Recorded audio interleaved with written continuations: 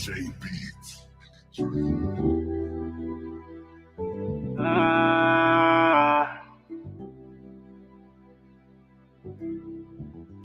I'm tired of the fake ass love they be giving. Say you ain't the same, but I'm knowing you ain't different. Off a perk right now, I was getting in my feelings. I think people try to hurt me just to see if I'm a feeling. I was trying to feel some things I ain't felt in a little minute. I was giving you my heart, my last came with it. You was shooting for the stars, I was shooting for a million. I was young and I ain't understand, I'm older now I get it. Come my phone, what you doing, bitch, I'm working, I ain't chilling. Say you love me when I'm down, but hate it when I'm winning. I was sober for some years, but I got a junkie in me. Family in the chain gang, I ain't seen them in a minute. Black tea, black sheep, I'm the one that you had left eye. Stars in the roof, now I'm headed to the west side. Never fall in love with a bitch, I know she ain't mine. Treat her like the rolling on the wrist, watch her pass time. Used to be in love, but I learned my lesson back then. I just want a hoe who do it better than my last bitch. I'm pouring up the red, Kayla told me I was damn me. Got problems in my head, baby, I come with some bad hits. But got it coming home, I don't wanna see his mama cry. Big boss, I ain't tripping if a nigga gotta die. Tryna get them M's for that pain in his mama eyes. I gotta be headstrong, but deep down it's hurting me inside. I was down bad, had to call the plug back. I know the script, I'm sticking to it like a thumb tape. I cut him off for playing games, how you love that? Shawty got the thuggin' with my heart, I had to thug back. I can press a button on you, bitch, kill a pop off. Wanted to look out for my daddy, he was locked up. Wanna see my cousin one more time, but she boxed off. Graveyard talking to the dead, bitch, I'm chopped off. Started from the bottom, now I'm CEO and business. Granny told me never ever put no trust up in these bitches. When they speaking from mistakes that they ain't made, you gotta listen. I'll be working till the sun comes up, I ain't fit. My brother told me keep that thing on me. I get to myself like, what they changed on me? Yeah, I'ma pull up on you, gas tank on me. If you love me like you say you do, you gotta show me something, I gotta see.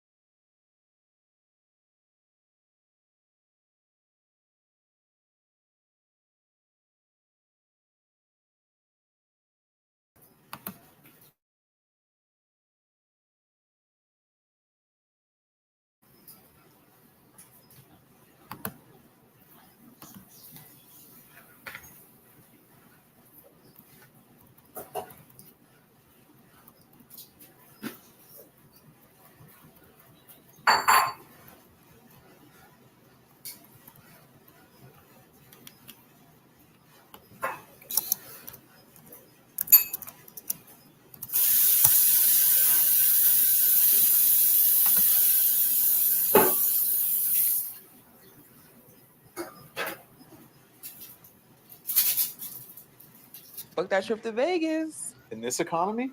What are we, rich? Are we rich? We could get a personal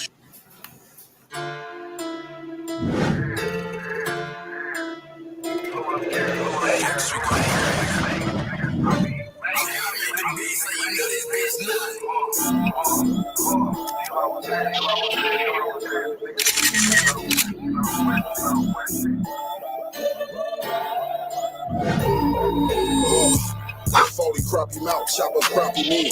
DM and pics of hella guns, but they won't drop a pin. Hey, we gon' box you in. Wiggle through this section, we gon' box you in. With 40 crappie mouth, chop up crappie men. DM and pics of hella guns, but they won't drop a pin. Hey, we gon' box you in. Wiggle through this section, we gon' box you in. This 40 crappie mouth, chop up crappie men. DM and guns, but they won't drop a 10 on his little head. Make sure he dead. My nigga say he sliding for the love. He don't need the bread. Had cheese before a pandemic. Every little skid on the suckers had my hand in it. Stand on business, it's the Mac, nigga. Keep it on me, ain't worried about that South Sack, nigga. Cook a nigga, give a nigga what he asked for. Get on this whip, left his brains on the dashboard. Fast forward, laying down like a mad on it. All you niggas on your block and I just sat on it. Cook a nigga, get a nigga what he asked for. Get on this whip, left his brains on the dashboard. Fast forward, laying down like a mat on it. How you niggas on your block and I just sat on it. It's Ronald Mac, bitch. It's 40 crappie mouth, choppers crappie men. DM and pics of hella guns, but they won't drop a pin. Yeah, we gon' box you in. Wiggle through this section, we gon' box you in. It's 40 crappie mouth, chopper crappie men. DM and pics of hella guns, but they won't drop a pin. Yeah, we gon' box you in. Wiggle through this section, we gon' box you in. Ghetto baby, a high head. Niggas know I'm coming. Run me up some papers. I remember we ain't had nothing. We had to take a risk just to get it back. JLG, 40 and 4, we posted that. Lil' bro, tip around this motherfucker like supposed to be. Cleats out, so watch how you approaching me.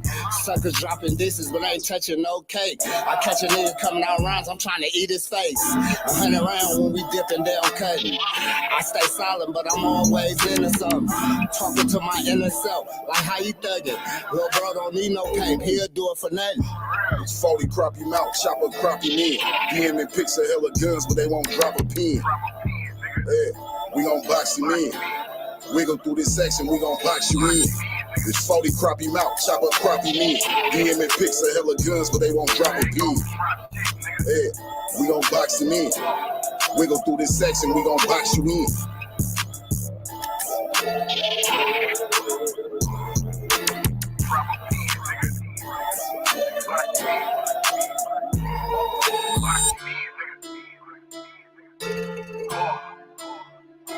They ain't gonna drop shit, nigga.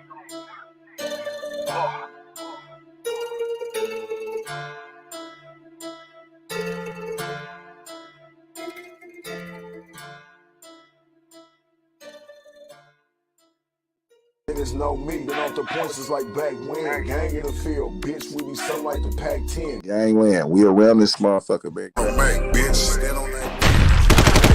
To the head, I'll show a nigga spill it. My 9th and Wood nigga, up the street from the village. We ain't in it. You niggas don't throw no blocks, we ain't in it.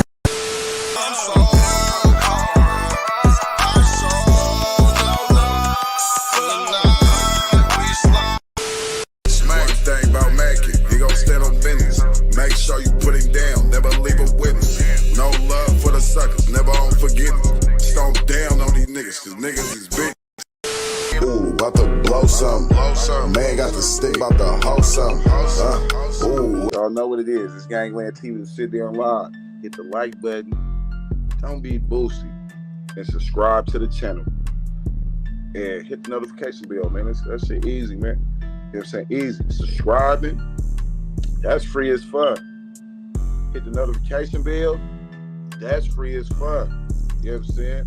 Come on, man. That shit's free. Gang in the field, bitch, we be something like the Pac-10. Yeah.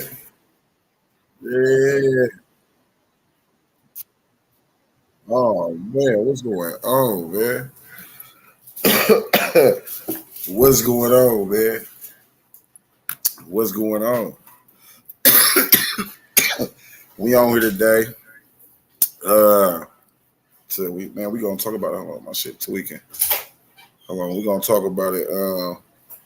I got some other stories and shit we gonna get on, but I want to talk about the Cabo6. We gotta talk about the Cabo6.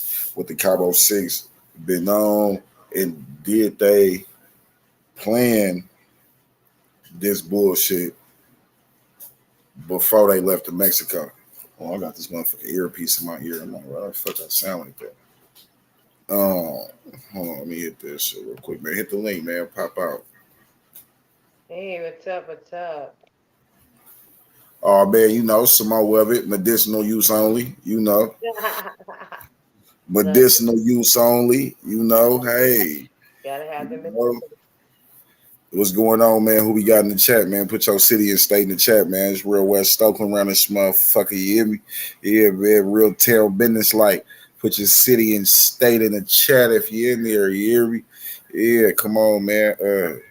Gangland at the dark, you know. Gangland at the dark. Uh, we gonna pop it. What's going on, man? We gotta talk about it. Special guest coming Friday, you know. Man, I can't wait for that. That's gonna be cool. Special guest coming Friday. Yeah, come, Hmm. come on, and it don't stop. Hey, when y'all came in here, it was a. Did y'all have to go through like a ad? Broke ass nigga, try motherfucking money all the time and say that shit. Dexter go. Yeah, I did. I know I did, and I was like, okay, let me. That hold on, man. I was gonna get it started. I ain't even made a play low Ace Rico. I was gonna get it started, but when you came in here, you know, you had to watch an ad. You know what I'm saying? That's because this shit is monetized. Oh, there you go. You know, that's because the nigga is monetized, man. You know, that's it. Okay. Hey, I'm just saying, like, you know. But let's talk about what we need to talk about. Cabo 6. What the fuck the Cabo 6? Like, what do you think? Like, do you think they planned that shit before they went to Mexico? I think partially they did. Um, we look at the facts from the beginning. Can you hear me? Yeah, I can hear you. We look at the facts from the beginning. Who did it all start with? Khalil. And then from the looks of things, he played old girl, used her for his wallet, right? She decided she saw the truth and then she decided to shut it down. Nigga get mad. Then he talk all this shit to all his other original friends, which originally he was friends with all the others the Cabo 6 since they was kids. So the pattern started. The shit got going. She gets down there for whatever reason that he invited her down there, made friends with her, invited her down there. She probably sitting there at the table looking at this motherfucker because he's grouped up with them and not showing her the respect that he normally do. He probably played the game a little bit, and then maybe she called him out on it, and then that's when the shit got started. So I think he partially did because you know he a little rat bastard. He is what he is. So I So, mean, it all starts with him. So I think it was psychologically pre-planned, if you will, pitting one person against another person, and he's sitting back in the cut watching. me personally, I think that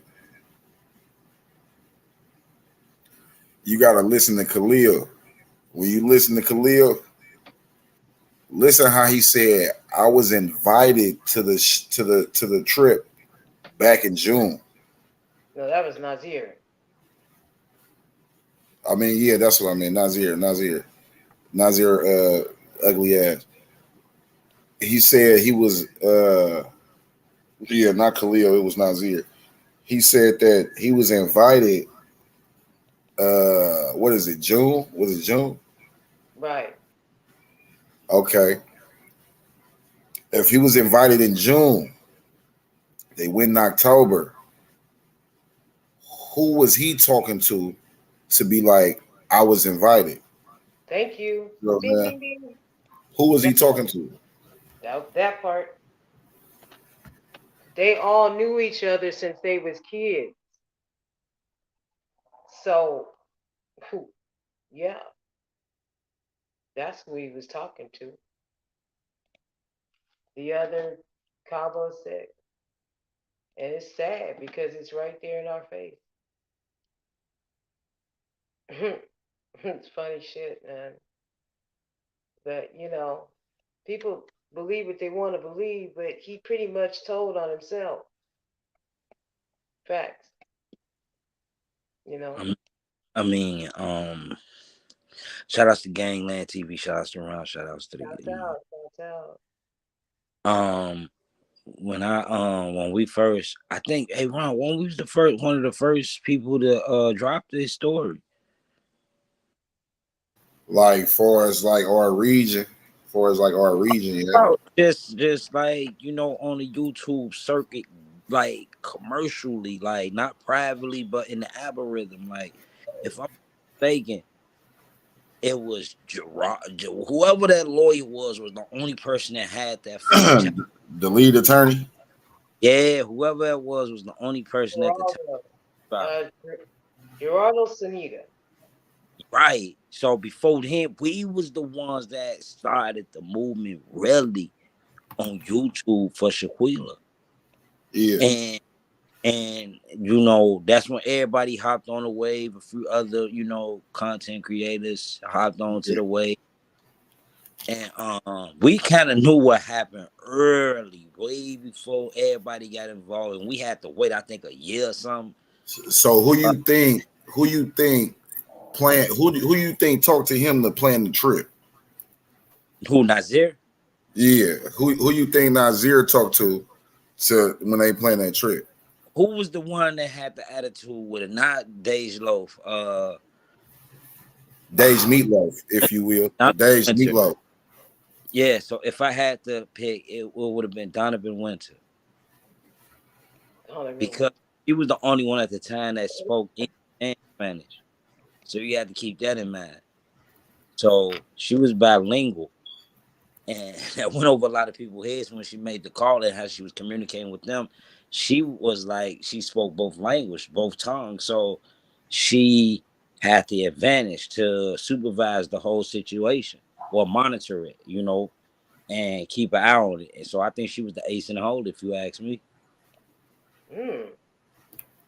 So you think he was talking to Dej Meatloaf Jackson? No. Who you think? When you said Winter? Yeah, Winter, Donovan Winter. Man. So, but what? Why would she tell him though? Like he always say, like, man, you know, me and Quila. You would have thought Quila would have told him. You see what I'm saying? Like, why Shanquella wouldn't have told him? Because you got to think like how he made it seem. How he made it seem. Oh yeah, man. You know, shit. When I got there, you know what, man? We was by the pool. I told Quilla, yeah, man, we gotta hit the jet skis. We gotta do this. We gotta do that. Blah blah blah. You know, and you know, I missed the day, so you know what's happening. We gotta see what's to that. Now, what I think that little serious, that little Detroit thing, that was very, very, very important. The way that they staged that is how that happened. Versus, I think how it happened in the movie, I believe happened in real life. I didn't think they was like hurrying up and left the same day. I felt like she was dying in the other room, and they were sitting around getting ready to go. That's what I honestly think. I think they watched her die before they left. I land with like that's true. Like, I think that too. Like I just feel like they didn't leave without doing. It's just like protocol. If you hear gunshots, somebody gonna call the ambulance or the police. So that's what Donovan Winter come in at. And then there was another one that had the parents that was officials, like politicians or whatever, were up there, so she was excluded. Then you had the other alphabet boy, I think, whatever his name was. He was the one that go to consult mother, correct? Like the one that go tell the mother this and that, and they threw up to try to make it seem like they really cared when they didn't. Like there was really some conniving people, if you ask me. And I think it shouldn't have came down to that. Like if you know you didn't have it, don't go. Don't do it. Don't. This is the thing, right? You got a lot of motherfuckers that like a motherfucker go out knowing he only got a couple dollars. You see what I'm saying? He only got a couple dollars. He still want to go function. He still want to kick it big with the boys. And mainly, them niggas that be doing that, they be coming. Them be the niggas that be leeching off a bitch. Hey, babe, I'm about to go out with the guys. Can I get like $20 or so? Man, what the fuck? You a man, bro. You gotta sit this out, big dog. Supposed to be a man, bro. And you out here actually, hey, babe, can I get $20 to go kick it with the fellas, bro? What's going on, bro? Them be the niggas that be out trying to, where y'all niggas going to Vegas? Shit, I got like 100 on me. $100. Nigga, you about to go somewhere with $100? That don't work. Gotta get them right if you gamble it right. That shit don't work. Marie Phillips say she think Khalil invited that nigga. She think Khalil invited that nigga. It was one of them niggas. Cause this is the thing. She had a tape. I heard she had a tape of two men doing some, you know what, and I guess she was about to drop it at midnight, and you know she couldn't. Like she called two men together, and I don't know who it was. She called. I don't know. I heard that too. Listen. But who the fuck is Khalil? Who the fuck is Nazir? You gotta think. Say like something happened to VR. Certain lady VR gonna get called. You see what I'm saying? Something happened to lady VR. VR gonna get called. You see what I'm saying? God forbid something happened to both of them, but I'm just saying. Why the fuck would they call Nazir when she's sick? Who the fuck is he? Did he? But didn't he call? Who the fuck is that nigga? Did he call him then to get the address? I believe. She's crazy, man. Who is that nigga? That's just like saying, God forbid, something happened to VR. They like, bro, call around May. Bro, call that man wife. Fuck is you calling me for? The fuck am I? You call that man wife. It's crazy, man. It's what is you calling me for? It's like, if it's something wrong with her, why y'all didn't call her daddy? Why y'all didn't call her mama until after the fact? Y'all called this bitch ass nigga. They wanted to make sure she was gone. Scary bro with the bird chest. They be rapping and shit. That nigga rap weak as fuck. We played that nigga video on Gangland like some shows ago. I don't want to play it again. That shit was bunk. You said bunk. That shit was bunk. I'm talking about in Spanish, el bunco. Yeah. Yeah. In French, oui, bunk. Bonjour, bunk. Oh my God. On the real. It was that bad, huh? Chinese, what they say, konnichiwa, bunk.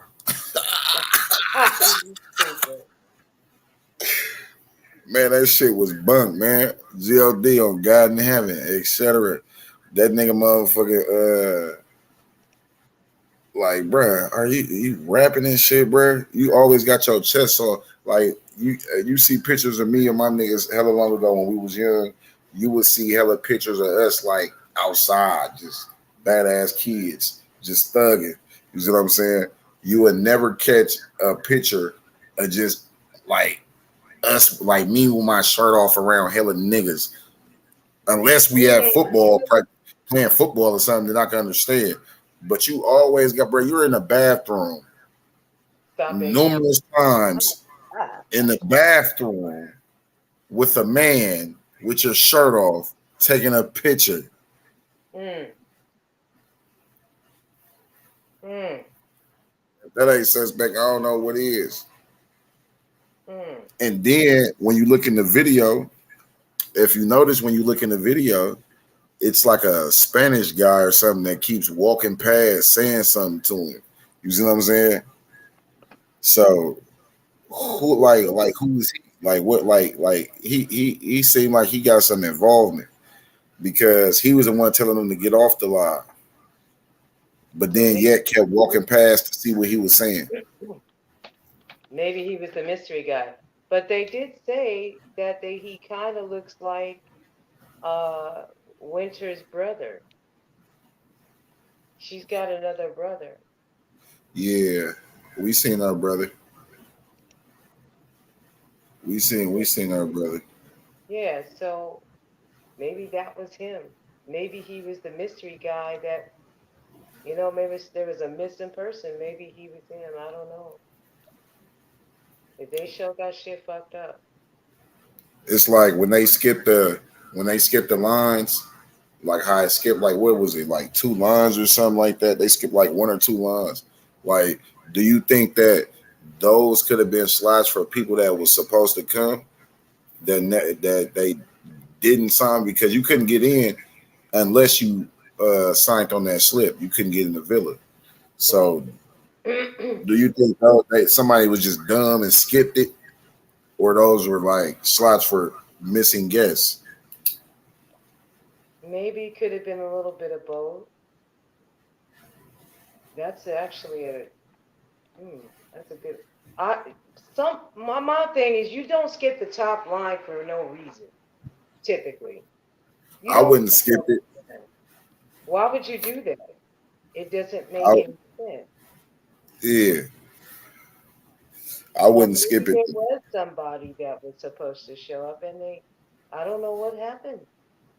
And we know that all the names were quote unquote on accounted for, but I don't know, man. That has always been a mystery to me. Like, why would you do that? Typically, a person would sign on the first line, so there's a reason for that. Hit the like button. I've always wondered.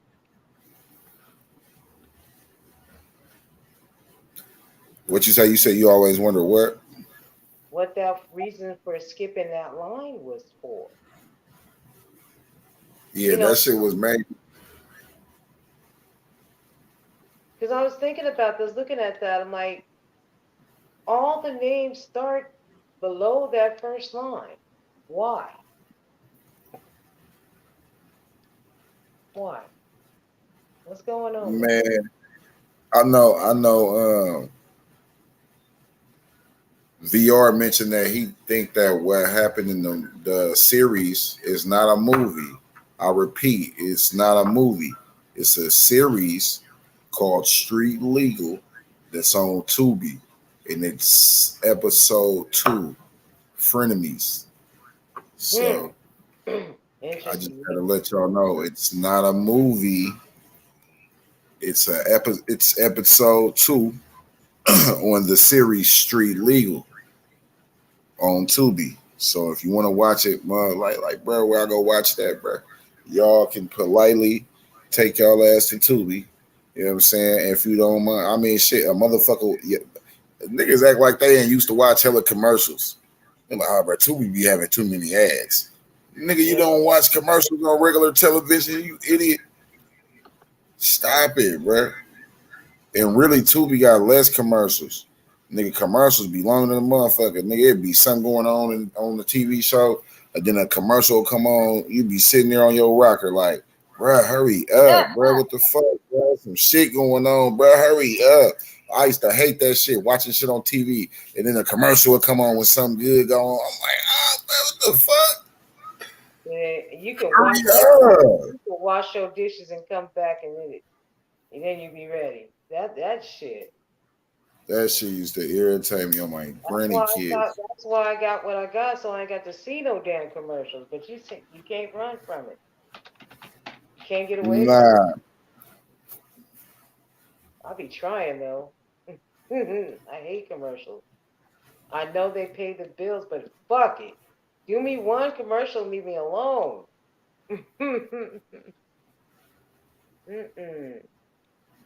And But then commercial be long than a bitch. Commercial be long as hell. You be like, bruh, why the fuck are they talking about Old Spice for this long? They're talking about Old Spice. The fuck is going on, man? You motherfuckers is talking about Old yeah, Spice for hell long. like, and shit. I don't know. I'm not an Old Spice person, but they got a new one that seems to be pretty good. Did it seem like back in the? Did it seem like in daytime it was different commercials, and then at nighttime it was different commercials? Because in the daytime, you always had a commercial like that one nigga. You're sitting at home, you're doing nothing. Hey, come down here. It's easy. Come join us. Like what the fuck was he? I forgot what institute that nigga worked for. But you always seen that nigga talking about get off the couch. You don't have a job. Come down here. It's easy. What the fuck was it? Western Career College? They always like, you can do it. All of those shit. And then But they they were had positive. Now they got some dumb shit on there. Hi, my name is Dina, and I'm, something about StreamYard. I'm like, bitch, get off here. bro, what's the other commercial I used to see hella much in the daytime? That motherfucker, that little ass cartoon midget general. Call 1-800 General now. I'm like, bro, Oh get this yeah. little ass motherfucker off the screen, man. What the fuck? Him and the Geico thing. What the The fuck? Geico. You remember who remember the old school frogs? They used to be wise. Oh, I didn't I mind it because I thought it was used cool. to hate them for little ass frogs. I used to hate that little dancing ass baby. Give it to me, baby. I used to hate that little Oh my dancing God, baby. you remember that shit? Hell yeah. You remember that commercial? Give it to me back. Wasn't that a Blockbuster Yeah, commercial or some shit? it was some crazy ass commercial. I think it was Blockbuster or something. I used to hate that little dancing baby on the real. God, you Yeah, bugging. it was all type of commercials, man. That used to be like, bruh, turn, man, this shit hella long. I'm about to turn the channel and come back. I swear to God. Okay. I swear you can do. I used to do dishes really fast and then go back to what I was watching. Every time they had a commercial, dun, dun, dun, dun, dun, dun, I'm doing shit around the house and the commercial's I'm, still on. Oh my I'm God. a real, for real. Like, yeah, all them DeVry colleges and shit Yeah, like that. Like, they was it's pushing the shit out of that. like it seemed like daytime. It seemed like daytime TV had different commercials, and then nighttime had other commercials. Because I swear, daytime commercials was funny as fuck. They had like a nigga was just a fucking bum on the couch. Every other commercial was you're sitting on your ass. You're not doing anything. Well, hey, come on down here. It's easy. Just sign up. Yeah. Then you got the what the other one they had for the fuck. It was like a Job Corps. It was called Job Corps or some shit. They had the commercial for the Job Corps, and everybody was motherfucking watching Maury and shit. When I got suspended, I was Oh watching. my God. I hated that show. Oh my God. I was like one of the worst shows ever. And people Motherfucker, were stuck on it. you are not the father. On the real. He said, come up here. He said, man, she had twins. She had twin babies. And come to find out, one of the babies has a different father than the other baby. I'm like, what the hell? They was like, when it comes to this little baby, you're not the father. But when it comes to that little baby, you are the father. They was like, what? They went to the other nigga name. When it comes to the baby, you're not the father. Went to the other baby. When it comes to that baby, you are the father. They like, bruh, what in the old town road is going on here, bruh? How's two niggas the father of some twins? When that shit crazy. What man? What the Ned Flanders is going on here, but I stopped watching that. I started watching YouTube because you can bypass the commercials. Now they got it where some of them commercials you can't bypass. But I mean, a couple seconds, cool. Fucking 5 minutes, no, but yeah. damn, that's crazy. like when it came to the series Street Legal, and it was like it's like people passionate about the situation, so it's like they motherfucker want justice fast as hell. You see what I'm saying? But it's like we gotta be patient, but we being patient. You see what I'm saying? Right. We gotta be patient, but we being patient. Isn't that So always the case though? They always tell you to be patient. It's like, well, shit, them motherfuckers wasn't patient when they, took her out. What the fuck? nah, they wasn't. And it's right. It's right in your face. It's right in your face. How could you not get over or under the fact that they got this shit on tape? They know who was around. They know, like motherfuckers know who did it. They know how it went down. It's video of it, but yet nobody is being taken accounting for this situation. You know what I'm saying? So how like we already done double back and talked about the Nipsey Hussle being on videos and all that, everybody being on video getting killed. They have a video of this situation on camera. It's like, what's different from this situation from others? Because they have Eric, say for instance, they got Nipsey Hussle, right? And Shitty Cuz, Eric Holder. Where they said they're gonna call him Eric Dick Holder, because that's what he's gonna be doing when he get to that penitentiary. They're gonna fuck him up for killing Nipsey Hussle. But he was on camera. There were other people around. People knew it was him because he walked up and said something to him. Now, Shitty Cuz is in jail. Why? Solely on the fact, not just because of the witnesses, but because it was on camera and they got that video. You see what I'm saying? So why is it not Dave's Meatloaf Jackson not locked up somewhere eating frijoles, stinking up the baño? You stupid as fuck, man. Smelling like zapatos. Ew. Wishing she had some. El culo. You stupid. Like, come on, man. I'm just saying though. Oh, Why is it that they have this video and ain't nobody doing nothing to this buff big bat this ass bitch? Her big ass, god damn. I can't with you. That motherfucker, I'm talking about, boy, she got one of them. You need to stop. I'm telling you. Build like she build train tracks. I'm trying to tell you. John Henry. Oh, John Henry. She built like she built train tracks. I'm trying to tell you, face flexing like a motherfucker. Yeah. Face flexing. Oh, I'm talking about, man, y'all see whoever they got in that movie. I mean, in the TV series, whoever they got in the TV series of Street Legal, they did their thing. When they come to getting the Dage Meatloaf Jackson, y'all got the right Dage Meatloaf. Oh my God. Can you imagine being the person trying to pick that part? Oh my God.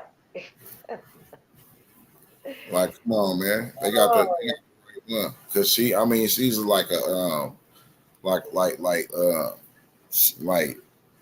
she like built like Johnny Bravo or some shit like that. You need to stop. She built like Johnny Bravo. You went old school with that one. Damn, ain't that a cartoon or some shit? Yeah, she built like Johnny Bravo. Oh my God. She built like Johnny Bravo. Johnny Bravo. Other real like she like upper body buff, like man. She like top heavy, like her arms like big. Like you could tell. I'm like, damn, when she had her hands up, I'm like, damn, that motherfucker look like a big ass dude, but we know it's a girl. So while they throwing you left field, saying, man, that was a dude, because they said that the femicide is, the woman being killed by a man on the strength that she's a woman. So it's like they try to throw that in there, like, oh man, okay, well shit, she's a man, but hey, that shit, man, she's not a man. She's just a extra beefy ass bitch. He said beefy. Oh, for real, she was extra beefy. G.O.D. God in heaven. Hey, I don't know. She out here she built like a Samoan, like a Tongan. Oh, dang, yes she is. And that's she built like a Mike Tongan. I mean, she is, man. No, but yeah, there's girls out here where I'm at that are like that. I mean, big old piranhas, okay? They're like that. It's just like, well, I don't know if it's the nature of this beast out here or what, but these fools out here is built like that. So I mean, I'm when I saw that, I was like, oh, they are built like that. Her motherfucking nose like a busted hot link. I'm like, look at this motherfucker. What? Up. Yeah, like, damn, bro. Y'all seen that?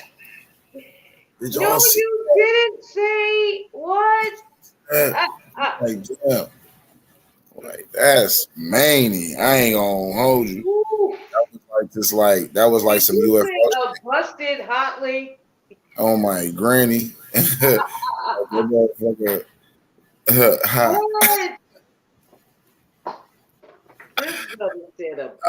Man, they got the right person. They got the right person for the job. They did their thing, when it came to the cast, it was just ridiculous. I was like, man, why they get this? I'm like, man, people gonna cook her. She had on a dress. That motherfucker looked like a long bib. I'm like, man, what's going on, man? This lady got on this long ass bib. Like, it's tight as hell. That motherfucker look tight as hell. Like, man, come on, man. They got her crazy looking in the movie, man. I mean, in the TV show. Like, what's going on? Like, who in the chat believes that the series, episode 2, Frenemies in Street Legal, is a real picture of what happened? Who think that? Who think it's just like some the truth and then some just some bullshit so they can make a movie or make a show like that? Because when people say they talk about the PPP loan and all that other shit, is like, come on, bro, make it make sense. Like, could that been the reason why a motherfucker be jealous? Like, damn, she didn't want to give me no other PPP loan, and she got her shit forgive, so that nigga mad. You see what I'm saying? Nigga mad. That could have been, but because of the PPP, no, not because of no PPP loan. They probably mad they ain't do their money right. You see what I'm saying? So it's like, he's just an ignorant motherfucker, okay? He just an ignorant motherfucker. It at the end of the day, it ain't like he came. It ain't like he came. None of them. They have the money and some of the opportunity to do it, So, I don't know. You still there? Oh, yeah, you there. I have to check because sometimes, Nah, that wasn't long enough. But that wasn't long enough. You gotta wait for it.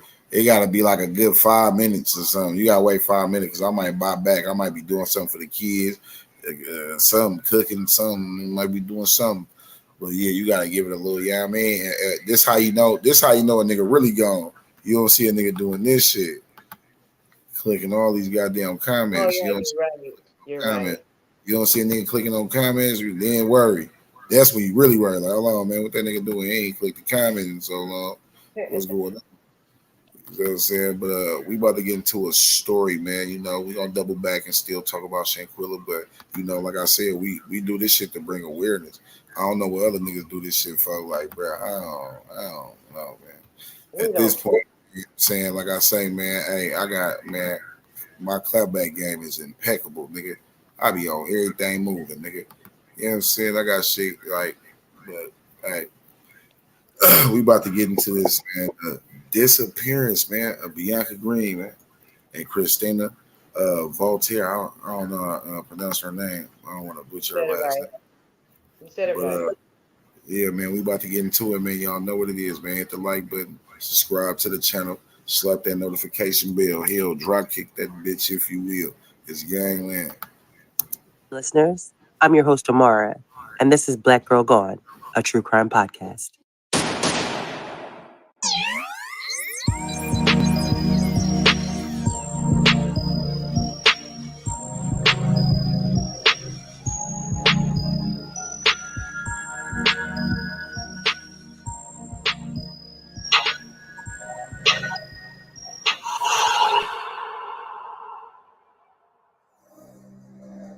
On this episode of Black Girl Gone, I bring you the stories of two missing women, Bianca Green and Christina Voltaire.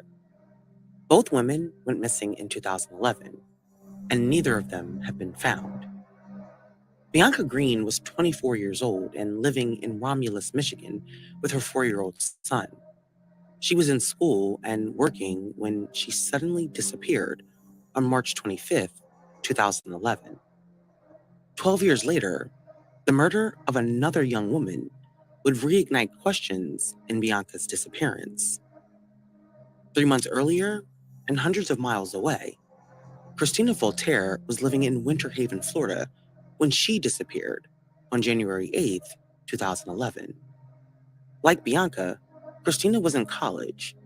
The night that she was last seen, a friend came to borrow her car, but when he returned 45 minutes later, Christina was gone, and no one ever saw her again. 12 years after her disappearance, her family is still looking for answers. What happened to these women? And who is responsible for their disappearances? This is Bianca and Christina's story.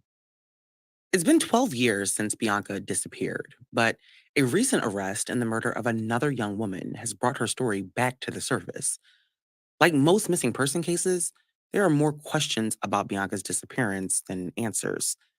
Bianca's family has never given up hope that they would find out what happened to her, and now they could be closer than ever to getting those answers. Bianca was born on March 4th, 1987, and she was the oldest of 3 girls. Her family and friends affectionately called her BB. Now, there isn't much information about Bianca's childhood, but her mom, Lisa, described her daughter as sweet and trusting, joyful, and beautiful. In an interview with TV One, she said that Bianca wasn't someone who was very outgoing. She was kind of sheltered, and so she wasn't really street smart. But Lisa said, even with that, her daughter was far from a dummy. She just didn't know certain things, but it was more because of her naivete and inexperience with life. At some point, Bianca met a man named Jameer Miller, and they began dating. Eventually, Bianca got pregnant and gave birth to a little boy who she named Jameer Jr. Now, we don't know the details about their relationship, but Lisa, Bianca's mom, said that it was on again, off again. Bianca was young and in love, and she just couldn't let go of her relationship with Jameer, despite the issues that seemed to exist. And when it came to her son, Jameer Jr., Bianca was determined to give him a good life. So often, when I tell the stories of women who had children, they're always described as good moms, dedicated moms who love their children. which just adds to the tragedy. I mean, these women were just doing their best to provide for their children, and then someone comes along and takes everything from them. Like I said, Bianca was, by all accounts, a good mom. She began working at the airport at a sandwich shop, but she had bigger dreams. She wanted to be a nurse, and so she enrolled in the Wayne County Community College. Her mom said that she worked early mornings at the restaurant and then took classes in the evening 2 or 3 days a week. It was a lot to balance, but Bianca was doing her best to hold it all together.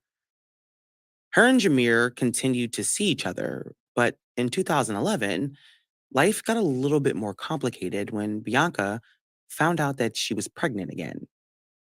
Elisa said that Bianca was overwhelmed. Between her son, his father, and school and work, she had begun to crack under the pressure. Lisa said in her TV1 interview that Bianca would leave her son with his father when she needed a break, but never for long periods of time, and she would always come back. If she had already been under a certain amount of stress, then being pregnant would have only made it worse. For those of us who have been pregnant, then, managing stress while you're pregnant is extremely important. And those first few weeks can be the hardest for some women. And so it's not hard to imagine that a young mother who was in school and working was struggling to keep it all together. When it comes to Bianca's disappearance, like I said in the beginning, there are a lot of unanswered questions, and those questions began the day that she went missing. There are conflicting reports about where Bianca was last seen, and so it's not clear the timeline or what exactly happened. But according to her mom, Lisa, she last saw her daughter sometime that afternoon when she came to her job. Lisa said that Bianca was wearing her uniform, and so that leads us to believe that she had gone to work that morning. And apparently, it was routine for her to stop by her mom's job and bring her a sandwich. But when Bianca left, it was the last time that her mom would ever see her again. Now, when I said that the reports about Bianca's disappearance were conflicting, it's because there's reporting that says Bianca was last seen at her job, while others say that she was last seen at her apartment. And because there's no timeline provided or witnesses identified, it's hard to really know where or when she was last seen. I mean, it's possible that Bianca was seen after leaving her mom's job. It's just not clear if that's what happened exactly. But later that evening, we do know that Lisa started receiving strange messages from her daughter. We don't know exactly what the messages said, but according to Lisa, they said things about wanting to leave forever and start a new life. She told her mom that she was on her way to Ohio and that she would call her when she got there. It kind of seemed as if Bianca had hit a breaking point. But Lisa said that she had threatened to leave before, but she never actually did. And so Lisa really didn't think that she would. But after those messages were sent, the communication stopped and Bianca's phone began going straight to voicemail. Despite the messages she received from Bianca, Lisa knew that something was wrong because she knew that her daughter wouldn't really leave her son behind. She also wouldn't cut off communication. And so, after being unable to reach Bianca, Lisa contacted the police to report her missing. But early on, police believed that Bianca was a voluntary missing person. The messages sent to Lisa that day that she was last seen indicated that she wanted to leave and that she wasn't in danger. However, there were things that Bianca left behind that even if she had wanted to leave and be on her own, she would have taken with her. Inside her home, she had left most of her personal belongings behind, including her car. But her purse and cell phone were gone. As the days went by with no word from Bianca, her family was becoming increasingly more worried.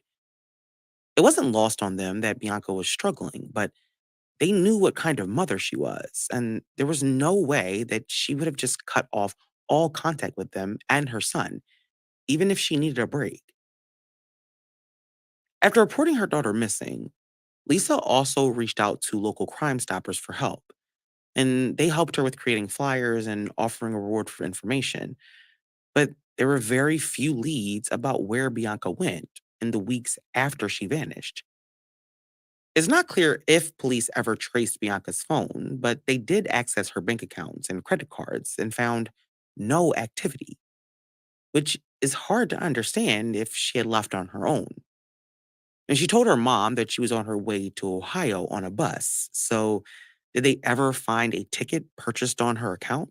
And if she had left or gone somewhere voluntarily, then how was she surviving without using her own money? So many things did not make sense about Bianca's disappearance, but it seems as if police were convinced that this was not a case of foul play. As part of their investigation, they did speak to Jameer, but they didn't have any evidence that he was involved or knew where Bianca was. Her family said that they too had their suspicions, but tried to give Jameer the benefit of the doubt. They were focused on finding Bianca. Lisa continued to pay Bianca's cell phone for 2 months after she went missing, hoping that eventually she would be able to reach her daughter, but she never did.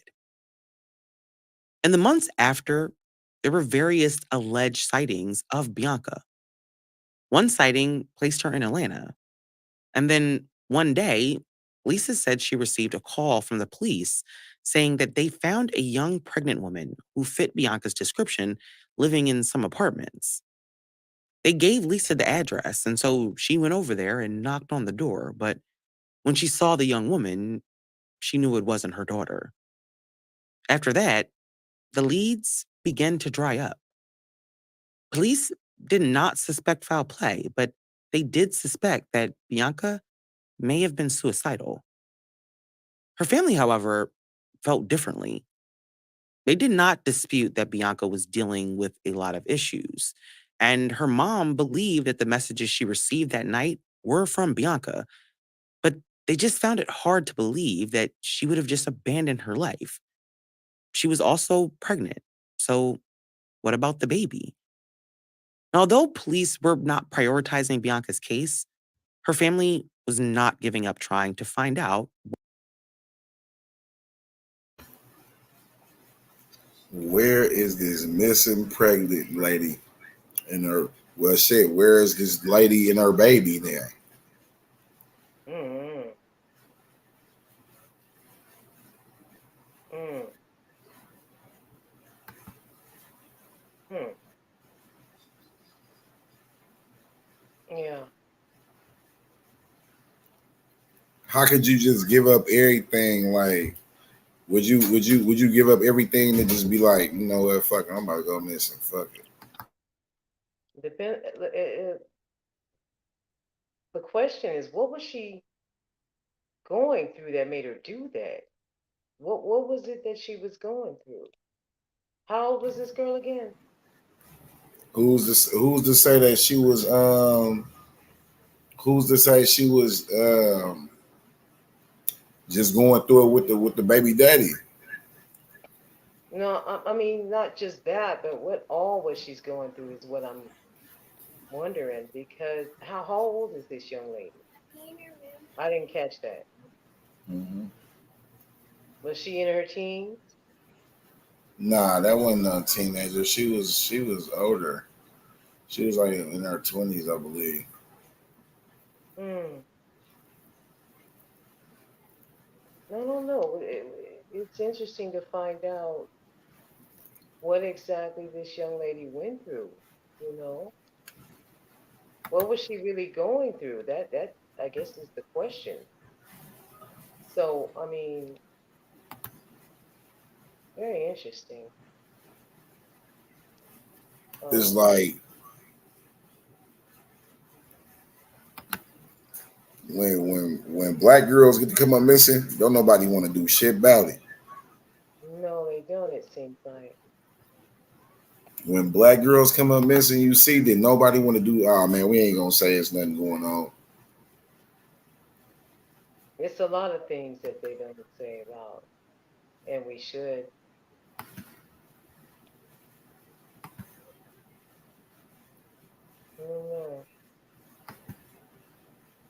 That's a strange one to me. So where is this lady and now a baby? Like where is that lady and the baby now? Because she was pregnant. So where is the lady I hope nothing happened. and the baby? I'm just wondering what the fuck happened to this poor girl. What was she going through? You know? What the fuck was she going through that had her doing that? Was there somebody saying, I don't know, man. It's pretty creepy. You know? Hmm.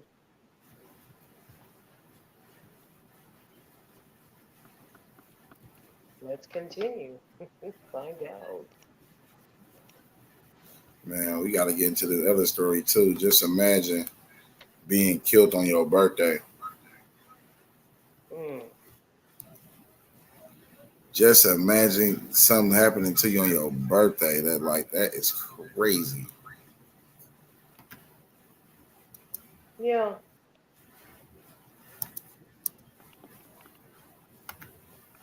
Come on, Gangland, let's get into it.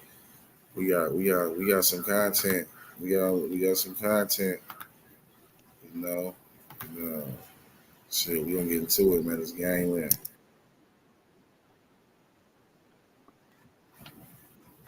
Hmm.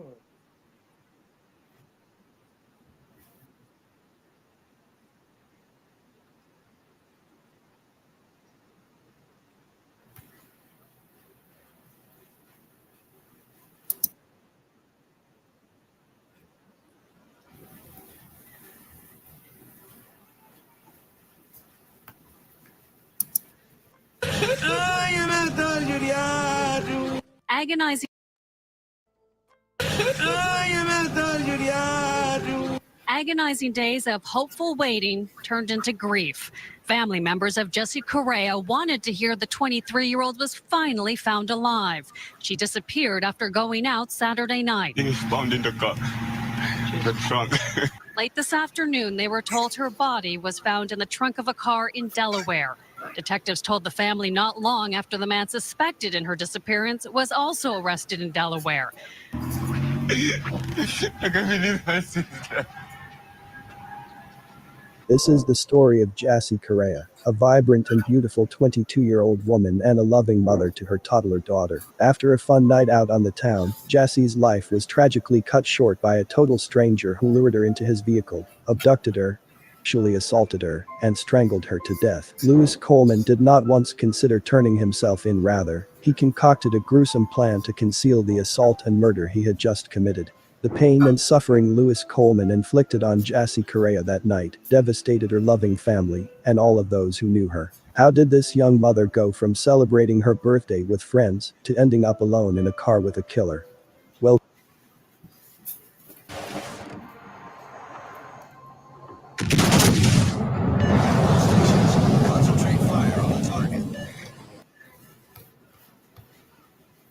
welcome to Viral Crimes. Subscribe and hit the bell icon for more stories. This tragic story takes us to Dorchester, Massachusetts, a city in Massachusetts where a heartbreaking crime occurred. Dorchester, Massachusetts, is a historic neighborhood located in the southern part of Boston. Known for its rich cultural diversity and vibrant community, Dorchester offers a mix of residential areas, parks, and commercial districts. It boasts a diverse range of architectural styles, from colonial-era homes to more modern developments, making it a unique and dynamic part of the city. Jessie, a resident of Dorchester, was a 23-year-old American citizen, born in 1996. Jessie was a young woman with dreams and aspirations living in Dorchester. She had a loving family that included a brother and parents. Jessie was known for her vibrant personality. She was a host at Del Frisco's Double Eagle Steakhouse in Boston's Seaport District. Her role involved welcoming and assisting guests, creating a warm and inviting atmosphere for diners. Despite her young age, she was a responsible mother, caring for her 2-year-old daughter. On February 23, 2019, her birthday night, Jessie Correa and her friends celebrated at Boston's Venue nightclub, dancing and enjoying champagne. However, she became separated from her friends after leaving the club. In the early hours of the following day, she was seen intoxicated on Tremont Street, mistakenly entering an Uber not meant for her and being pushed out by the driver. A man, later identified as Coleman, approached her, and they left together in a red car. Surveillance footage showed them entering Coleman's apartment building in Providence, Rhode Island, where he was later seen carrying her lifeless body inside. Following Jassy Correa's disappearance after leaving Venue nightclub, her father and a friend reported her missing to Boston police on Tuesday. During this time,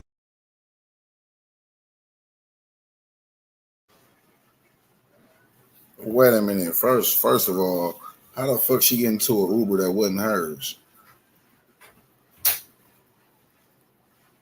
How you get into an Uber that ain't your? They ask you, "Are you such and such?" And then they might see if they got a picture. Like, come on, man, what the hell?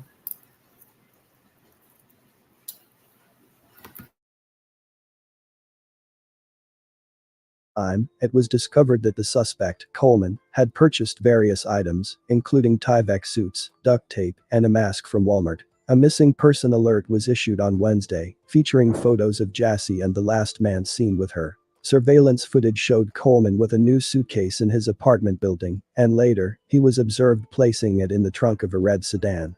Subsequently, law enforcement searched Coleman's apartment, uncovering several items, and he was identified as a suspect. He was later apprehended on Interstate 95 in Delaware. When Coleman was arrested, he reportedly told the police that Jassy was in the trunk of the car. Law enforcement discovered a large suitcase inside the trunk, matching the one Coleman had been seen with earlier. Upon opening the suitcase, they found a black plastic bag containing a woman's body, believed to be Jassy. The body had visible injuries, including bruising, and was bound with duct tape.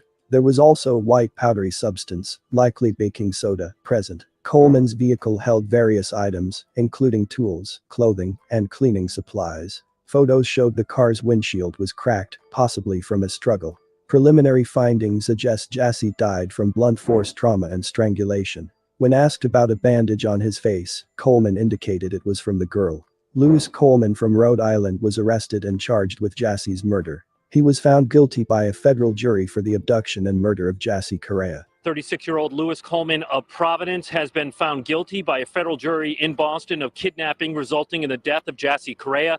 Prosecutors say she was snatched from outside a Boston nightclub in February 2019. On the night she was celebrating her 23rd birthday. The government presented a mountain of evidence, including video of Coleman carrying a lifeless Correa into his Providence apartment, and when he was arrested in Delaware with Correa's body in the trunk of his car. Now, prosecutors say they hope the outcome would bring some sense of closure to the family. Please take a moment to remember, and I appreciate your question, Shelley, this vibrant 23-year-old woman who had her life stolen from her. And although this conviction will not bring Jassy back, today's guilty verdict brings some measure of justice to her loving family, who must face a devastating void every single day of their lives. At trial, it was revealed that Jassy was lured into Coleman's car under false pretenses. He promised her a ride home, but then sexually assaulted and strangled her. Surveillance footage captured Coleman dragging Correa's body into his Providence apartment and later researching how to dispose of it. Coleman, who holds a master's degree in physics and worked as an engineer. Coleman's DNA was found on her body. In his defense, Coleman's legal team claimed that Correa willingly entered his car after being removed from a ride-hailing vehicle that wasn't hers and engaged in consensual sex. They argued that she was the aggressor in the car, and Coleman panicked when Correa died. Prosecutors yesterday took us back to the day Jassy Correa was last seen alive and met the man they say kidnapped and killed her.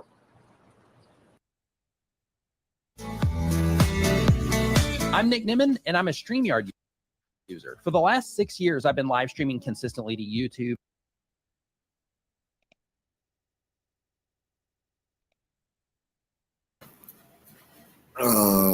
So y'all just gonna blame her, huh? Man, so, I mean, numerous things could have happened. He could have tried to force himself on her. She said, hell to the no. And he didn't like that. What you grabbing on? Man, I'm over here eating on. Yeah, you go over there tearing it up, whatever it is. I got the munchies like a motherfucker, man. I'm over here snacking on hella shit. There's all type of shit over here, man. Snacks and shit. What you been doing? I ain't gonna say Smoking. nothing. Smoking. Shit, you acting like you in a fucking restaurant or some shit. Hell yeah. Man, it's gangland. You know what I'm saying? I gotta shit, man. It's all like literally like boxes of shit. I'm just whipping shit out, eating it. Oh wow. Hey, Little trap house snacks. Mm-hmm. Them like some good grub.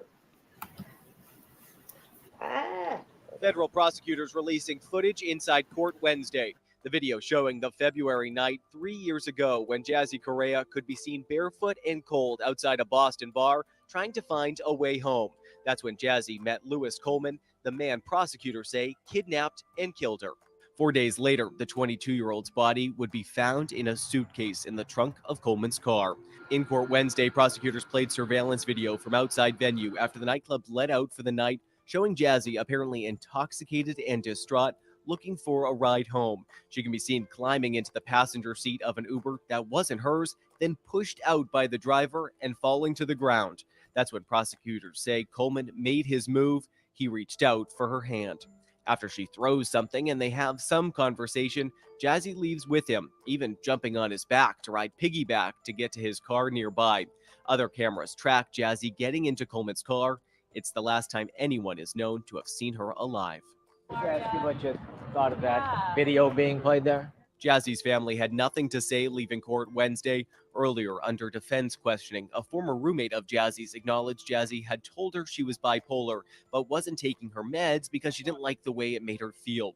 Coleman's defense lawyers argued in their opening statement Jazzy attacked Coleman and died in the car during the confrontation. During the trial, Jazzy family had to endure some tough evidence. Federal prosecutors showed the jury moments when they say Lewis Coleman moved Jazzy's body from his car to his apartment. Jazzy Correa's parents and grandmother left the federal court after spending several hours on the trial's fourth day. When surveillance videos from Lewis Coleman's apartment building were played for the jury, the family couldn't hold back their tears. Federal prosecutors have described Lewis Coleman's actions as senseless and violent, particularly his disturbing plan to mutilate and dispose of Jazzy Correa's remains.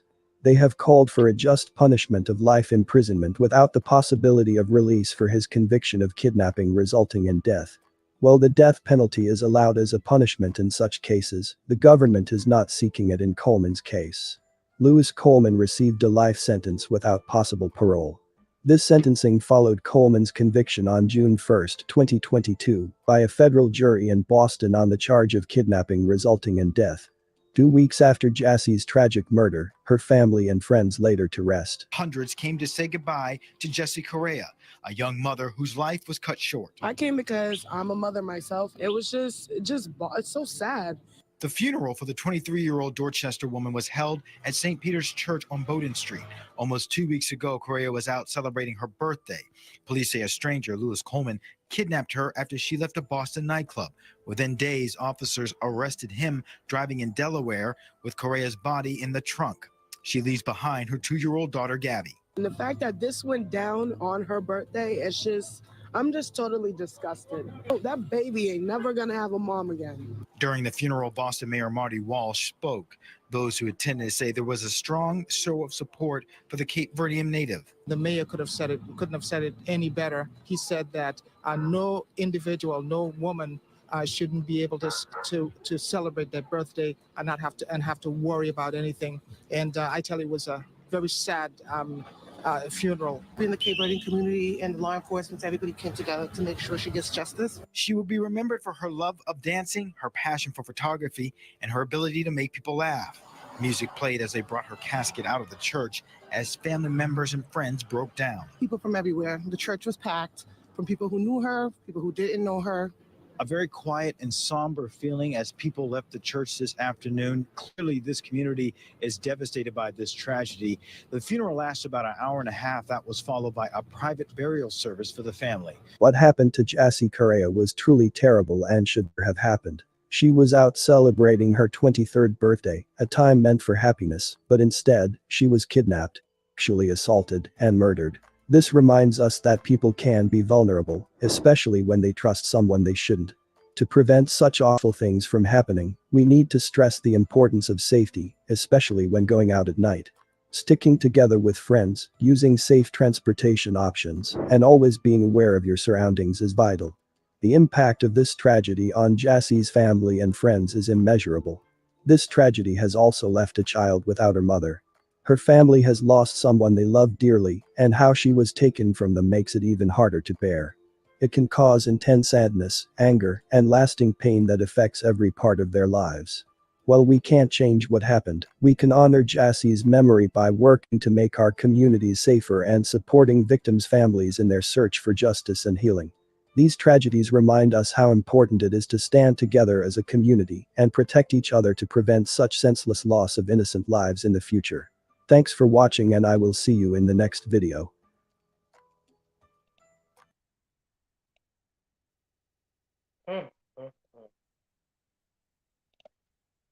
Ooh.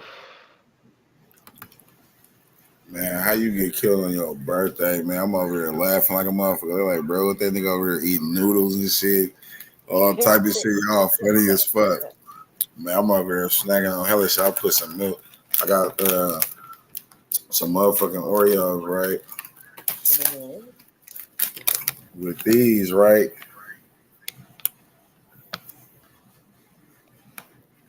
And some milk, right? Okay. And I'm gonna put one of these motherfuckers in there, right? What's that? A motherfucking Grammy? You talking about these right here? Oh Lord, you know, made you a masterpiece up over there.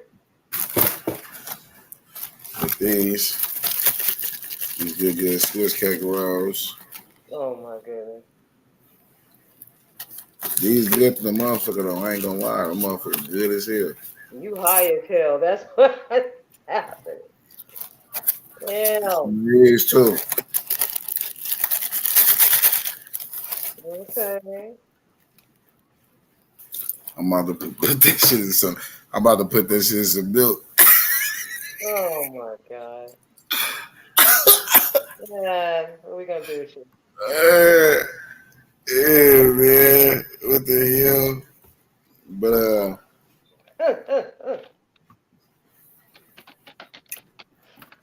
oh my God. back to the mean potatoes here. She talking about disgusting. Yeah, when you do you. Hell yeah, they got a sugar attack. GLD on my granny. Yeah, fat cuz. Fat blood eating snacks. Oh my mama. You stupid. Yeah, gang. Oh shit. Man, I was like, bruh, I don't know. This got to be that weed. Yes, it is. That's a weed snack, man. Come on. God damn. And But I can't talk because I be getting in that. I be have some what's that called? Sherbet, and I have my assorted flavors, and I'll go in there and pick one and tear that bowl up. That's my go-to snack. Some damn sherbet. Oh, Lord of mercy. Lord have mercy. Yeah. So, what you think about her dying on her birthday? That really sucks. The girl's having a great time, and then somebody take your ass out. That ain't. But I mean, she's jumping on this guy's back, right? But how did her friends let her go like that though? It's just like Tierra Strand. See, That you don't think that's like Tierra Strand a little bit?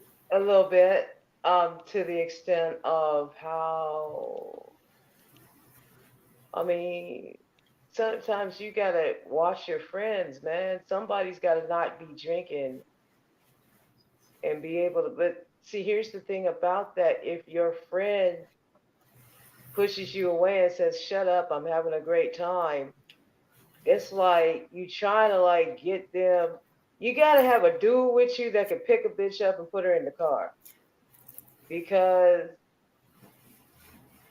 if your friend is drunk or drinking or whatever, under the influence or whatever it is, she's running around acting wild, you know, all you could do, I mean, if they push you away and say, shut up, leave me alone, which a lot of people do, I mean, you need a homie in your group to pick her ass up, drop her in the car, and make her stay in there so you guys can get her home safely, because at that point, party is over. You want her to be alive when it's all said and done. So, that's the whole thing. When, I used to go out with a group of girls that were kind of, had some sort of sense. We always had a big homie with us that would like party with us, but he would also be our security. So wasn't no stupid shit about to happen. If he felt that your ass was too drunk, he gonna drop your ass off in the car. He gonna pick your ass up and take you to the car, because we know how that can go. You know, if we can't find that person, we look around. We look, hey, where'd she go? With her wild ass. Whatever. We be laughing and shit, but we keep an eye on each other and make sure no crazy shit happens. So, I mean, for this, I mean, what was it? Her and just a couple of girls. They can't stop her from doing what she wants to do, but they sure can. But it's her birthday. They should know she gonna be drunk. Like, how Right. y'all let her leave like that? They shouldn't have. That's not cool. Yes, she's a grown girl, but at the same time, you gotta have that. You may have to jump on her or something, get her to fucking, keep her safe, something, because we can't have people disappearing from the group. That is just not right, because you don't know what's gonna happen to her. Blink of an eye, you know. We, it's it's kind of a hard thing, because if someone is wanting to do what they want to do, you want to take control of them, but if they fight you to keep them away, you just have to keep an eye on where they're going. And if something ain't right, then you got to jump on whoever's there and make sure that she's safe. That's bottom line, safety. They may not care for their safety at the moment, but you have to kind of watch them, because, like what happened here, blink of an eye. But some people don't give a shit. They go out and it's all for self. They want to get their party on. And they're not watching what's going on. Check the college girls that go to those parties, man. You know, they don't care. They just go. And if somebody ends up in a room somewhere, they don't know it because they ain't paying attention. You know what I'm saying? What's up, gang? Hey. Hey. Yeah, man, I'm looking at that. I hear what you're saying, Anonymous, but they young. They all could have been taking shots, and everybody tolerance ain't the same. You No. don't be when this is a birthday party. I don't know how many birthday parties, what I'm saying, everybody done been through. But people get to drinking, you ain't paying no attention. People dancing. The whole room just changed. Yeah. Even if it's in the house. Yeah. So I don't know how she got outside. Maybe she. She probably talking to somebody and they walked outside. You know how it go. Walk outside to hear themselves talk. Yeah, she was towed up because she went and got in a car that wasn't even for her. Mm-hmm. Like, yeah, she was towed up. She probably was like, "I'm ready to go" or something. When nobody moving fast enough. And you know how it go. Sometimes, and I know you've been in this scenario where you ready to go, somebody else is ready to go, but they want to stay around and talk and get numbers. I'm like, nigga, you had all night to get them numbers and digits and do whatever you want to do. It ain't like you ain't gonna see him again. Let's go. Yeah, But you're right. you know, You're right, they but want to people be gotta be all you gotta be responsible for your own intake. Like I know when I'm getting woozy. Oh no, this it. right. But not everybody is like that. You got, and then you try to tell a person, yo, it's time to go. You know, you a little bit, oh, I ain't gotta go, fuck you, and all that shit. And you're like, oh shit, you know, and you trying to get that person like in the car, you're trying to get them because it's out of control, you want to get them safe. They don't want to be safe. They just want to be, you know, out and about doing crazy. And it's like I said, sometimes we would have a homie with us. Big homie would put her ass in the car. She wouldn't fight with Big Homie because she knew what the root, she knew what it was. And Big Homie is you know. But if we didn't have Big Homie with us, it's like, you know what I mean? Yeah, I don't see too many big homies. It may be Well, not homie girl, anymore. That was just back in the something day. like that. I don't see too many big homies with girls now. It'd be either, you know, you know. Well, nowadays the big homies is the one fucking people. Hey, you know, we don't Yeah, have no dedicated big homies. The big homie would be there with his girl, but if he saw some shit, he coming through. Not anymore. Not no, anymore. no. Unfortunately, not anymore. Big homie used to be the shit. And It's a sad situation, but I look at it like this: when you die, it's your heavenly birthday. That's the way I look at it. It's a yeah, sad situation, but I that's the don't like way. to look at it like that. That's just sad, man. That shouldn't happen. It didn't have to happen, but when you go out and you never know what's gonna happen, that's why I don't go out. The trick is to not get too drunk and still enjoy your birthday. I mean, I'll get my drink on when it's my birthday, boy. I'll be partying up. But this girl has her limit because I gotta drive myself home. You know, I have my limit, and you know, of course, people peeping you out and seeing how drunk you are gonna test you and see what they can do. But you know, I'll be like, mm. But a lot of people, like you said, can't hold their liquor, especially young wild. I told you what happened to me. So did he have sex with her? He sexually assaulted her. I believe he did. So was she on his back? Was she dead, or was he just like let Maybe me? maybe he carried her like that to make it look like she was still alive. Make it look like she was just, you know, having fun. So Well, I she don't fought know. back. Whatever he was doing in that car, she So scratched his face up, broke the ring. She was fighting. yeah, see, when you're drunk, you got superpowers too for some. Yep. So she's probably whooping the shit out his ass, and he didn't like that shit. Yeah, he had. Yeah. And I'm like, look, you shouldn't have been fucking with her. Sometimes people got to stop. So she probably hit the shit out of. She probably told him no, and you know when you're drunk, you kind of like, man, you know. She probably told him no. He decided to put himself on her. He said, oh, she said, oh, fuck that.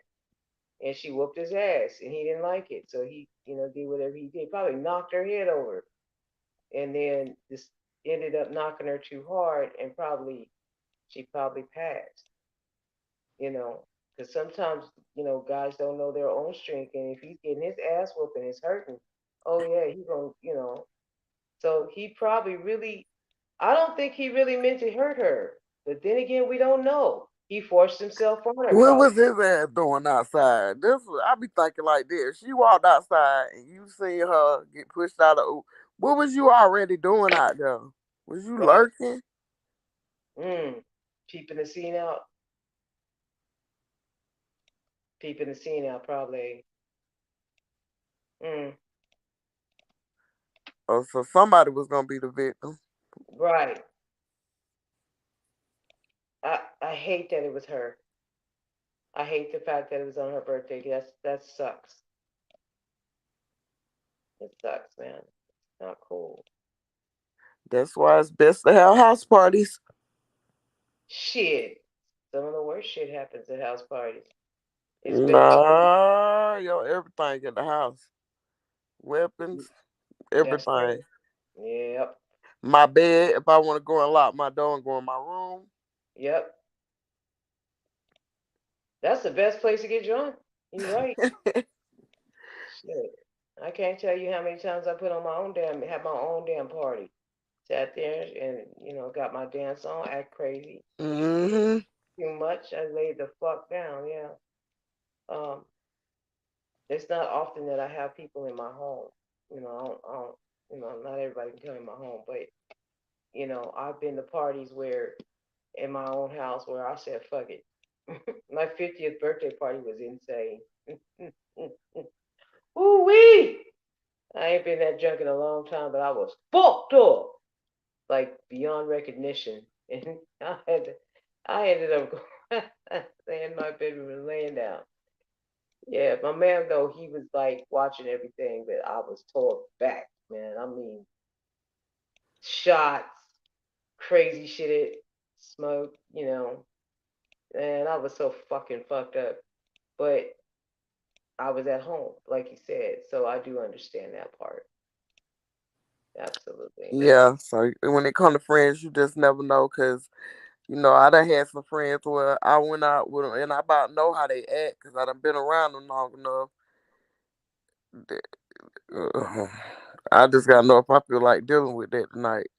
Yeah, yeah, yeah. I mean, some people they let loose, and then people who you think is chill, oh my god, you like, oh shit. That's crazy. Cause Mhm. And that's they don't want crazy. to go home. They never want to go home. They never want to go home. Husband, boyfriend, or no, they do not want to go home.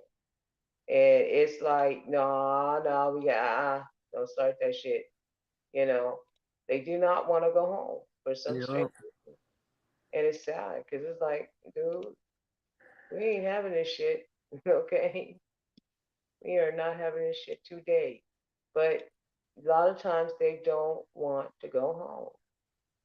And they end up sometimes even if they have a boyfriend or a husband, they'll go off with somebody and they'll say, I'll be right. I'm like, oh hell no.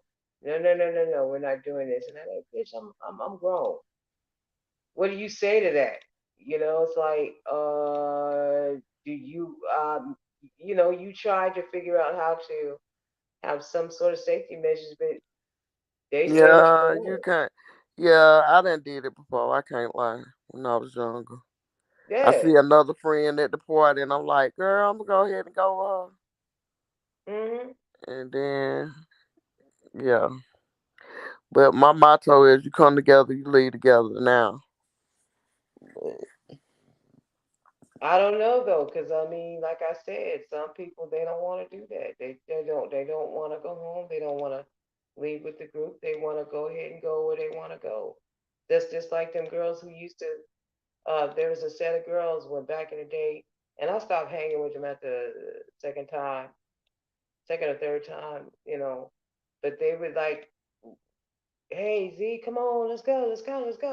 And then they were like, so I got my money. I'm always get paid because I'm always worked.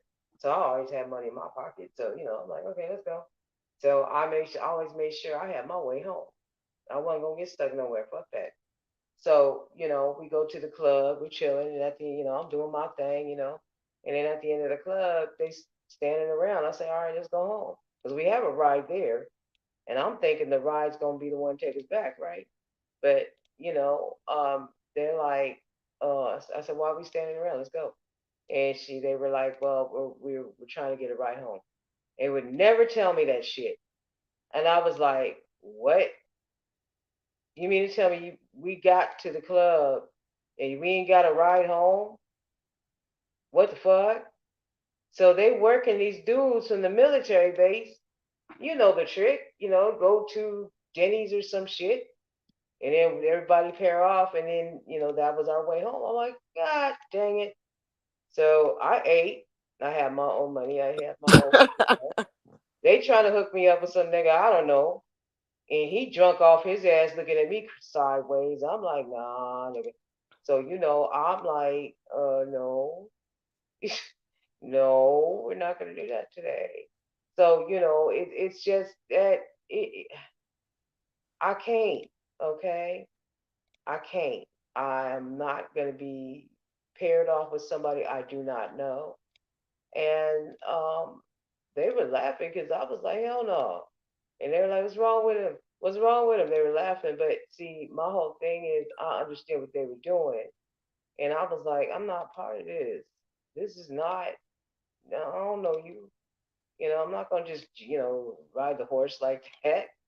I mean, there's only certain types of ponies I ride, okay? That, the whole idea is that they didn't. What? Well, that's the thing. Back in the day, the girls girls would get together, and the whole thing is to hook up with somebody who's military or got a car. I didn't understand this shit. I was so happy-go-lucky to party. Hey, I'm dancing a party. Okay, yeah, let's go. And the club was jumping. Oh my God, the club was jumping. But they didn't tell me we didn't have a way home.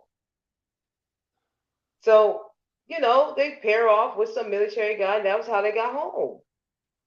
What did I do? I took the fucking cab, man.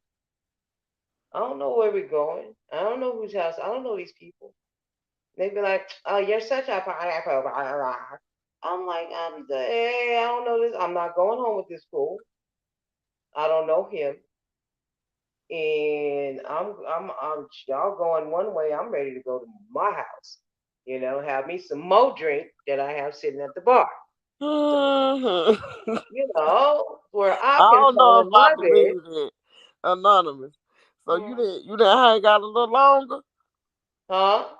You weren't hanging out a little longer? You said, did I hang out? Yeah. No. I told you, I don't know. I ain't jumping on nobody's pony that I don't know. Y'all don't just get on any pony. The girls did. They just, whoever they met, so not one time you didn't ride a white horse. Oh, I don't do no white horse. We don't do white horses around here. No. But, I mean, nah, for real. I do Greenleaf. I do Greenleaf and Don Julio. No, I ain't talking about that white horse. Maybe, I might do a little, amaretto, but, no, I don't play like that. You don't know what they got. You don't know who they tied to. They may be married. They may have a girlfriend somewhere. I don't play that shit. So then, especially a drunk, when his breath is stinking and he's hulked over, Nah, you come up with some crazy line about what you can do. Oh, bitch, please get out of here. So this is what they do. So the second to third time they did that shit, I said, look at here. Before I went, I said, okay, who we riding with? I said, okay, how we getting back? We gon' I said, nah, man, I'll see y'all later. So I met them at the club. Yeah, I wasn't. I'll go to the club. Hey, how y'all doing? And then I'll go home on my own. I'll see y'all later. I didn't do that. But that was my way of not getting involved with stupid shit. You know what I'm saying? Because sometimes they would go someplace. They wanted to go to a fucking park in the middle of the night. What the fuck are you doing? I'm sitting on the swings, chilling. They doing some shit in the dark, and I'm like, I'm on a swing, chilling by myself. I didn't give a shit. I was asking around the mat. What he said? What you say? Yeah, I said you ain't never went to the party and left with somebody else. Yeah, but I know what the fuck was going on. See? Even Mac is careful, so you got to, because you don't know what you dealing with. Motherfuckers be out their motherfucking mind. And I'm a single girl. Oh no. I go home by myself. That's the difference between the city and the country back then. Everybody knew everybody, so where Well, I'm yeah. from. Even if it's in the country, wherever I'm at, I'm just not gonna, I I don't wasn't care who going with my no cousin is. stranger, nobody I don't know, but I done rode with some homies I grew up with. I mean, okay, but I'm just telling you the truth. I don't. I'm careful with myself. You know, Yeah, yeah, now I am, but I'm talking about when I was young. I did stupid stuff. the only stupid thing was I got like downtown. They in downtown San Diego they got this place called it's a Spanish bar, and I pretty much drank as much sangria as I wanted to, and I started dancing on tables. Oh man, I had a great time. I was dancing on the table. It was crowded, so I got up on the table, started dancing and drinking. I had my glass, freshly made sangria. I was having a great time. Danced on the table, you know, and depending on what kind of shoes I had, I would dance get up on one table, get down, jump down, go to another table, and I was getting it Oh on. Lord. Yeah, I had a great time. What are you talking about? Everybody trying to holler at me. I was the one that kissed and ran. So, I mean, catch me if you can type shit.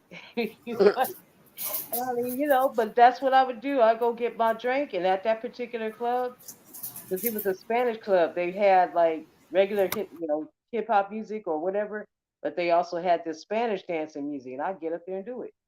You know, everybody knew that. Oh, here she come. And then I had a great time. But jump on somebody's back.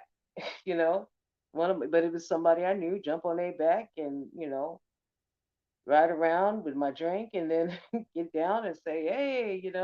But I lived down the street from the bars. It was a strip of bars and clubs.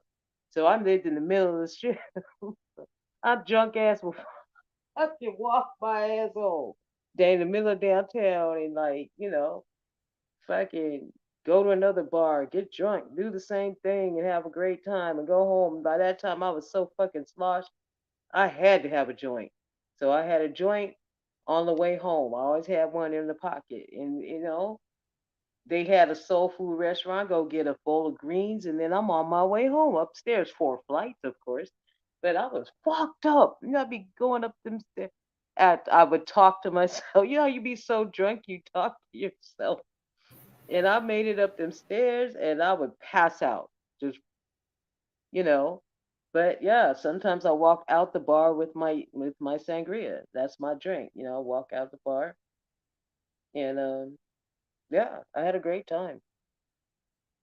It was cool. But that's about I mean, that's about as wild as it gets. Besides oh, I did have an incident where y'all heard about it. Basically I got locked outside the door, butt naked. But it was a wild party. But other than that, that's about it. I didn't really like follow anybody that I didn't know. I mean, I had offers, but I didn't do it. Drunk as I was. So I mean, I'm just saying it can be done. You just have to be careful about who you talk to and where you go. That's it. I mean, I'm sorry that this happened to this girl, but it's sad. Sometimes it's hard to protect your friends because they don't want you to do anything. They push you away sometimes. So yes, this does remind me of that case. But I mean, again, when you have a stubborn friend that doesn't want you to um, take them away from their fun, so to speak, what do you do? All you can do is like try to, you can try to, you know, make them go to the car, make the guy go with her to the car, whatever, but all you can do is watch them, make sure they're okay, make sure they don't disappear. That's what I did. And some people, they don't care. They just let that person, they go get out of control themselves, and then next thing you know, hey, it's daylight. What's going on? Where's she at? She's gone, and nobody knows what happened. And I don't like those scenarios. So sometimes I'd be that one to watch. I wouldn't get so drunk, and I would just watch everything. But that was how I rolled. I don't know anybody else.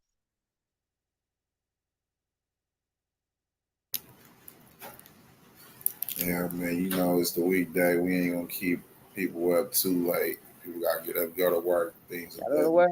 Yep. Gotta go to work. Tap in tomorrow.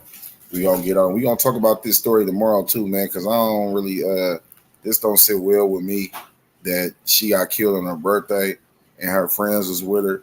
They said she hopped into a Uber that wasn't hers, but then somebody else said they'd give her a ride, and there's something just sound crazy about this. So we're gonna talk about this tomorrow too. Well, So wait a minute, real quick. They said they saw her get into an Uber. The wrong Uber. They said the Uber kicked her out. Then they should have been there to get her. Why didn't they go get her? You see what I'm saying? Who let her leave? If she came with them, why would she get into a what? Yeah, I didn't realize that happened. So I didn't know they saw her. So that means that they should have came to her and been by her side. I don't understand. Yeah, some people just don't know how to. Anyway, we'll talk about it tomorrow. Are we going to Clubhouse? Yes, ma'am. The link to the Clubhouse is in the description of this broadcast. So if y'all want to tap in, the conversation don't stop here. It continue in Clubhouse. People be like, damn, man, what shit we have after we get off YouTube? Where we go? Shit, to the Clubhouse. So click the link in the description. And yeah, man, we got to screen who you is, man. If you ain't really popping it, saying the right shit, man, it's going to get ugly for you real quick. So, yeah, man, I appreciate y'all, man. Y'all have a good night, and I'll see y'all tomorrow, man. Y'all know what it is. It's Gangland. Good night. Yeah. Run on Mac, bitch. Benz up. Northwest shit. Up toast, talk shit, and we swallow spit. You niggas fool. Thought y'all was solid. Ain't that about a bitch drip sauce? Mix the Louis with the off-white. You niggas hoes. Game goofy, nowhere boss like. VV's on my chest, Jubilee on my left wrist, and white and blue. B-22s off my checklist. Ride around with 7.6 tools, bitch, we reckless. 30 plus shots if you reach at this necklace. TVC, blast first gang, bitch, we wreck shit. Currency, watch it stack it up like it's Tetris. White on white whips, and I still got the Lexus. Step foot in front of this AR, that's a death wish. It's funny games to them hollow tips to this funny bone. We sitting with a long ass face, I guess it's money gone. Drop low to 2 niggas, that shit had me up. Since you niggas pocket, watch you go ahead, add me up. Smack. We ain't into that. You niggas ain't about a bag, we ain't into that. We ain't into that. That bitch don't fuck it over, we ain't into that. We ain't into that. You niggas ain't on the block, we ain't into that. We ain't into that. You niggas don't turn no blocks, we ain't into that. It ain't no plan, both sides, that's what the suckers do. I feel the fans been watching close, I gotta stick and move. Glizzy with a drum, thumbing through blue strips when these bitches choosing. They tryna catch me to wet me, that's why I'm sticking moving. Bitch, I'm a thug that hold a grass, so I can't cease to shooting. 100 to the jeweler, 30 on my wrist freezing. I'm overlapping niggas quick, it ain't no competition. Bitches feeling bitter, cause I'm popping and I'm that nigga. Let it fall back, and I'ma rob one of these rapping niggas. The shooters off of E, bounce out and get the gas and niggas. Talk about 100, I spent it twice cause the bag right. Do it for my section, trying to get a set some limelight. Killers on level 4 with no parole, that's facing double life. Broke it out, the bitch was in the bricks when I was selling white. Killers on level 4 with no parole, that's facing double life. Broke it out, the bitch was in the bricks when I was selling white as hands up. We ain't into that. You niggas ain't about a bag, we ain't into that. We ain't into that. That bitch don't fuck it over, we ain't into that. We ain't into that. You niggas ain't on the block, we ain't into that. We ain't into that. You niggas don't turn no blocks, we ain't into that.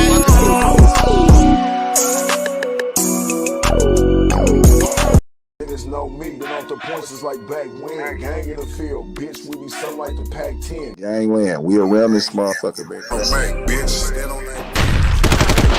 To the head, I'll show a nigga's feelings. My 9th and Wood nigga, up the street from the village. We ain't into that. You niggas don't turn no blocks. We ain't into that.